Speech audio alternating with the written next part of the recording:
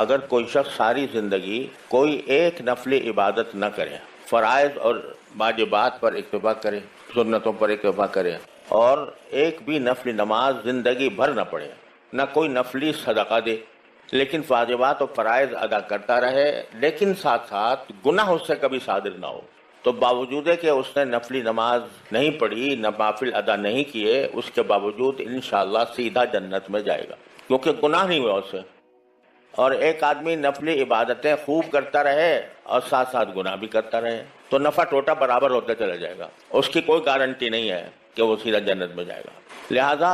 معلوم ہوا کہ گناہ سے احتراز، گناہوں سے بچنا، گناہوں کا اہتمام کرنا، گناہوں سے بچنے کا یہ نوافل سے زیادہ ضروری ہے۔ عام طور سے ہمارے دور میں جو فتنے ہیں گناہوں کے، ان میں نگاہ کا فتنہ سب سے زیادہ اشد ہے اور گھر گھر پھیلا ہوا ہے۔ ایک ایک شخص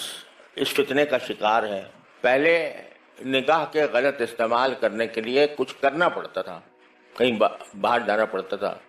کسی کو سنیما دیکھنے کا شوق تھا تو سنیما گھر میں تو ملتا نہیں تھا، لائن لگا کے ٹکٹ لے کے جاتا تھا۔ اب نہ لائن لگانے کی ضرورت، نہ ٹکٹ دینے کی ضرورت، نہ گھر سے نکلنے کی ضرورت، موبائل میں سب کچھ موجود ہے۔ لہذا یہ فتنہ شدید سے شدید تر ہوتا جا رہا ہے، اور خوب سمجھ لیجئے، اللہ تعالیٰ مجھے بھی سمجھ عطا فرمائے، آپ حضرات کو بھی عطا فرمائے، کہ نگاہ کا غلط استعمال جو ہے وہ نور ایمان کو سلب کر لیتا ہے۔ اللہ بچائے۔ ایمان کا ایک نور ہوتا ہے، عمل صالح کا ایک نور ہوتا ہے، اللہ جل جلالہ کے قرب کا ایک نور ہوتا ہے، اور نبی کریم سرور عالم صلی اللہ علیہ وسلم نے دعا مانگی ہے اس نور کی۔ صبح کو فجر کی نماز کو جاتے ہوئے جو آپ دعا فرماتے تھے وہ اللہم اجعل فی قلبی نورا وفی بصری نورا وفی سمعی نورا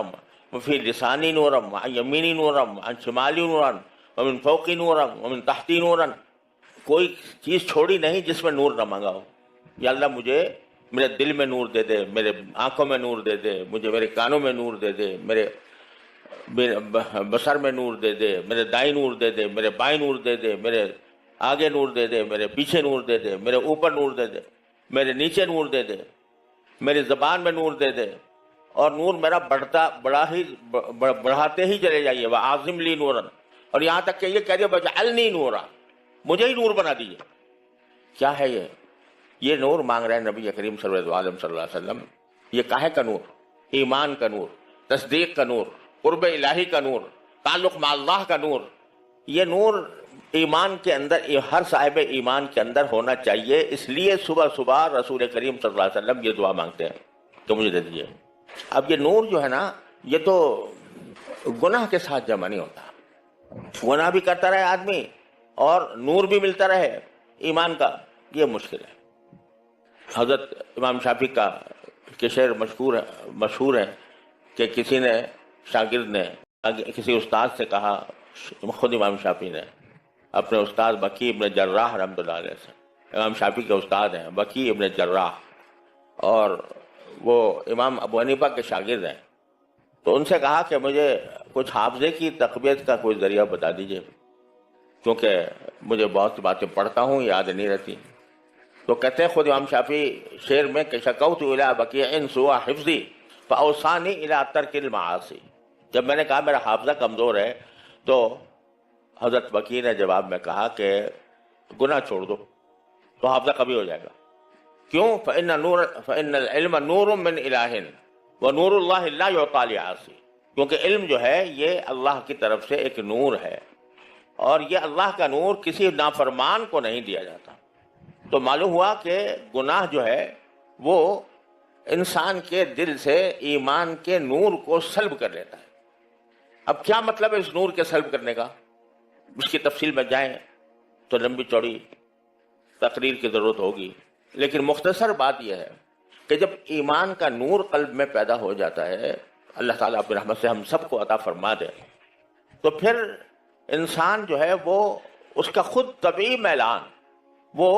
طاعات کی طرف ہوتا ہے، عبادات کی طرف ہوتا ہے، اللہ تعالیٰ کے احکام کی تعمیل کی طرف ہوتا ہے، اور گناہوں کی طرف جو رغبت ہے وہ کم ہوتی چلی جاتی ہے۔ جتنا ایمان کا نور بڑھے گا اتنا ہی گناہوں سے